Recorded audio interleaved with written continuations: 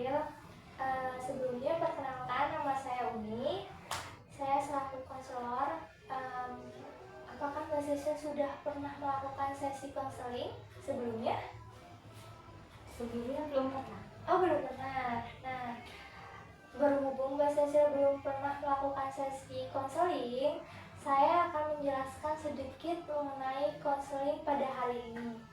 Nah, konseling pada hari ini nih akan durasinya akan 15 menit ya Mbak Cecil. Kalau misalkan nanti Mbak Cecil merasa belum puas atau belum cukup, nanti akan kita jadwalkan kemudian hari gitu Mbak Cecil. Nah, di sini nih karena saya ingin Mbak Cecil merasa nyaman, saya akan menjelaskan mengenai kerahasiaan. Di sini ada yang namanya asas kerahasiaan, di mana nanti Mbak Cecil bisa menceritakan apa yang Mbak Cecil pengen ceritakan dengan nyaman dan tenang gitu ya. Jadi semua apa yang Mbak Cecil ceritakan dijamin kerahasiaannya gitu. Nah, gimana pada pagi hari ini kabarnya Mbak Cecil? Cukup baik. Oh, cukup baik.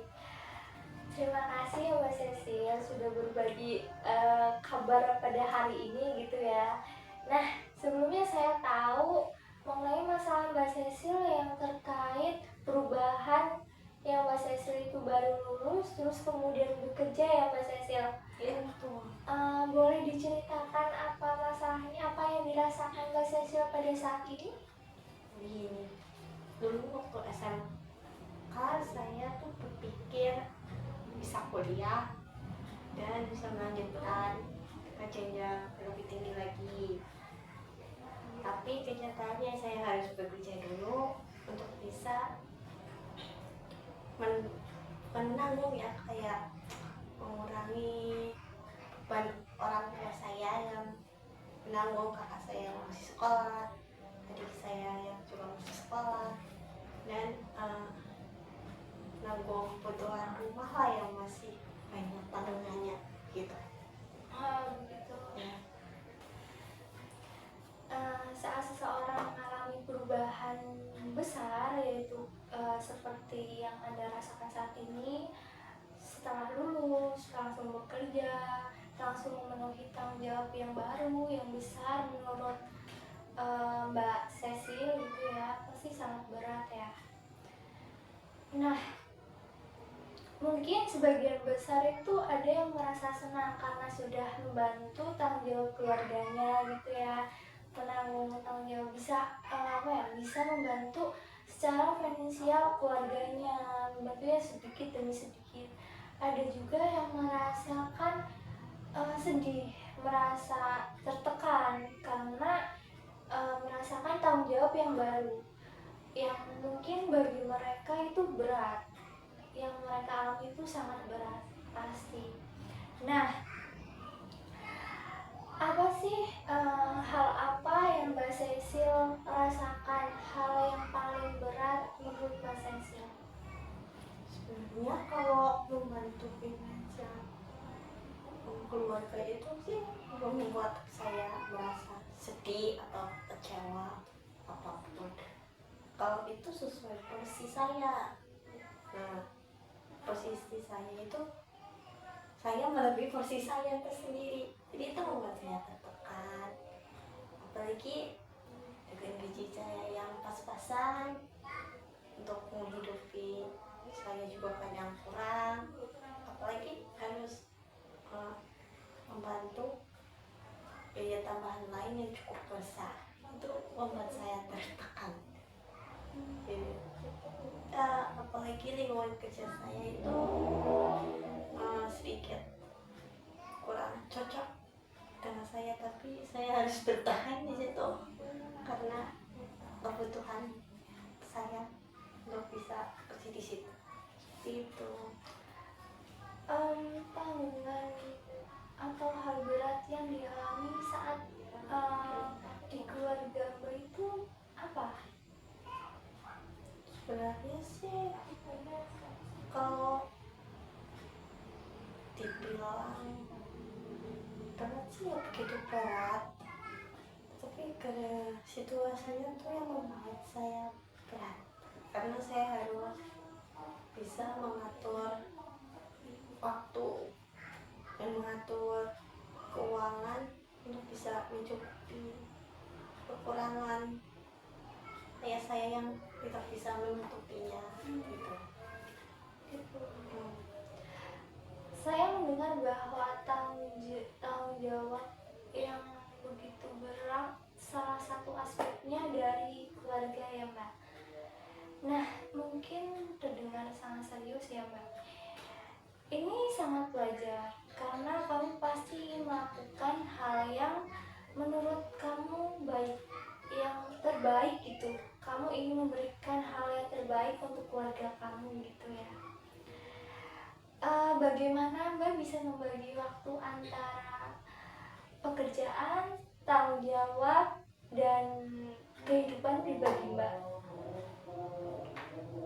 Saya seringnya menghabiskan waktu cuma di pekerjaan sih, jarang ada waktu buat main ataupun buat saya sendiri karena waktu saya sudah potong buat bekerja, pulang bekerja, rasanya capek untuk istirahat aja. Habis itu seperti itu terus. Oh, gitu. Nah, Saya memahami begitu sulit untuk membagi waktu ya Mbak. Nah, menyeimbangkan antara pekerjaan Mbak, tanggung jawab Mbak, kehidupan Mbak, itu biasanya kan Mbak itu akan merasa kewalahan ya. Nah, itu biasanya kalau Mbak merasakan stres, merasakan jenuh, untuk mendapatkan energi kembali itu bagaimana Mbak? kalau itu saya seringnya menyendiri di tempat sepi gitu ambil ngawur. Saya kadang olahraga, lari-lari atau jalan-jalan kemana lah gitu biar pikirannya fresh gitu. Kalau enggak dengan melampiaskan dengan makan. Oh, makan. Iya. Mbaknya juga sering menyendiri itu di tempat sepi, di rumah atau di luar? Ya saya seringnya sih di kamar tapi ya suasananya tuh hening gitu, nggak suka berisik gitu. Saat kita berbicara, mungkin menyeimbangkan waktu itu sangat penting bagi Mbak Cecil ya. Strateginya mungkin saya dapat membantu mengenai strategi untuk manajemen waktu, yang mana mungkin bisa membantu Mbak Cecil. Bagaimana menurut Mbaknya untuk mengatur prioritas gitu? Saya juga sebenarnya membutuhkan kayak catatan gitu cara manajemen waktu untuk bisa mengatur pekerjaan diri sendiri dari lain. Mungkin ya Mbak, mengenai strategi Mbak mungkin lebih mengutamakan kesehatan Mbak dulu. Bagaimana Mbak menyeimbangkan antara waktu dan diri Mbak dan keluarga Mbak, lebih mengutamakan mengenai kesehatan. Karena apa? Di saat Mbak akan bekerja terus menerus dan ternyata tidak sehat, kedepannya sakit atau apa, mungkin malah berdampak ke semuanya Mbak.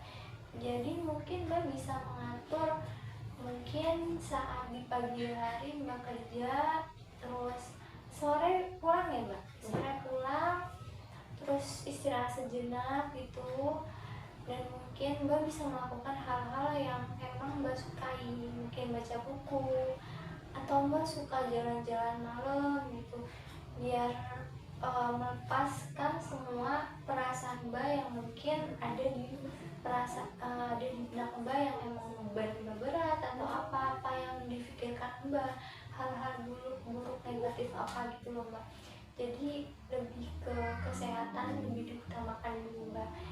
Kayak misalkan saat Mbak merasakan misalkan kebutuhan Mbak banyak dan sangat membutuhkan uang, Mbak jangan kerja lagi, maksudnya lebih mengoptimalkan diri Mbak dulu gitu. Dan untuk kayak semisal kebutuhan Mbak yang Mbak ceritain mengenai kebutuhan keluarga Mbak, mungkin bisa dikomunikasikan gitu terhadap keluarga Mbak gitu Mbak. Jadi gimana nanti uang Mbak gaji yang sekitar 1 juta itu bisa Mbak manage lagi keuangannya gitu. Jadi Mbak ada untuk diri Mbak sendiri, kayak menyenangkan diri sendiri gitu. Ada di mana Mbak bisa membantu keluarga gitu. Untuk membantu keluarga nggak semuanya gitu loh Mbak. Jadi ada di mana uang itu Mbak sisihkan untuk diri sendiri gitu Mbak. Mungkin ininya Mbak tuh banyak, beban Mbak banyak, tanggungan Mbak banyak. Tapi di mana saat Mbak bisa pintar memanage keuangan, kemungkinan hal itu dapat membantu sedikit meringankan beban pikiran Mbak gitu. Bagaimana Mbak? Kalau itu sih udah saya pikirin, tapi kadang ada sesuatu yang mengharuskan saya untuk meloloskan apa ya, meloloskan uang gaji saya untuk keperluan itu. Jadi ya bingung juga mau ngaturnya gimana keuangannya. Selain hal-hal yang mungkin Mbak sukai, hobi atau apa, mungkin ada dukungan dari keluarga, teman, atau mungkin ada pacar Mbak sendiri gitu, atau keluarga dari Mbak? Tidak ada. Tidak ada sama sekali. Mungkin saat kamu merasakan keresahan dalam perasaan Mbak, benak-benak Mbak pengen cerita gitu, mungkin Mbak ada teman, ada saudara, keluarga atau pacar Mbak gitu, yang emang dimana salah satu dari mereka atau beberapa dari mereka emang dipercaya sama Mbak untuk mendengarkan keluh kesah Mbak gitu. Ada. Sering juga Mbak berkomunikasi dengan orang tersebut? Ya lumayan sering. Ada berapa Mbak, kalau boleh tahu siapa gitu? Mungkin teman atau pacar atau keluarga? Satu teman. Oh teman kerja atau teman yang mungkin dari kecil gitu ya, main bersama akhirnya masih akrab sampai sekarang? Teman kerja dulu. Oh teman kerja dulu, oh, baik. Ya. Kamu sudah melakukan hal banyak yang menurut saya itu sudah paling terbaik, seperti Mbak dapat bercerita dengan teman Mbak dapat membagi waktu dengan hobi Mbak yang mungkin Mbak sukai seperti olahraga, terus jalan-jalan itu dan yang lain gitu ya. Nah, bagaimana perasaan Mbak saat ini sekarang setelah melakukan konseling saat ini? Soalnya cukup baik karena bisa sedikit mengurangi beban saya. Oke, sedikit. Mungkin ada lagi Mbak? Sepertinya cuma itu saja sih yang bisa saya ceritakan. Saya menghargai kejujuran Mbak saat ini. Mungkin di lain waktu atau mungkin Mbak perlu teman cerita atau melakukan sesi konseling pada selanjutnya, jangan ragu untuk menghubungi saya ya Mbak. Terima kasih sudah datang pada hari ini. Semoga di sesi konseling pada hari ini bermanfaat untuk Mbak. Kedepannya bakal baik-baik saja. Saya berharap semua masalah Mbak ya semakin hari semakin bukannya buruk, tapi lebih baik kedepannya. Dan semoga Mbak bisa menghadapi semua masalah Mbak dengan baik.